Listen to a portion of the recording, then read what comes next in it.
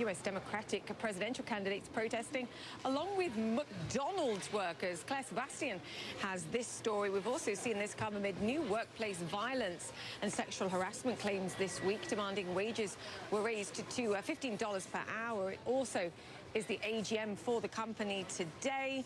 Huge branding and PR exercise, perhaps, for some of these presidential candidates. But the underlying story here for McDonald's is very important with these claims, as I mentioned there, Claire. Talk us through that.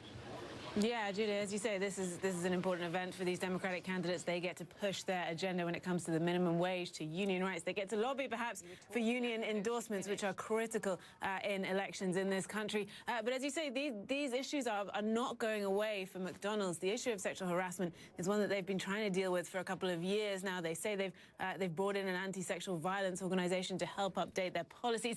They've opened a hotline, various other measures. It doesn't seem to be enough to allay concerns. And the same thing with the minimum wage. McDonald's announced earlier this year that they've actually stopped lobbying against it, although they have yet to put their support behind a $15 minimum wage. Still not enough for the workers who continue to demand this. And I think, while for shareholders this may not move the needle yet, there is going to come a point where this is just not good branding for the company to see these kind of pictures of protests in 13 cities today. Yeah, it's painful to see, but then, bring it back to the numbers, bring it back to the fundamentals for McDonald's. The first quarter of this year, the 15 consecutive quarter of positive sales at stores that have been open for more than a year. The share price is up 13%. Where's the incentive here, perhaps, for more fundamental change for McDonald's?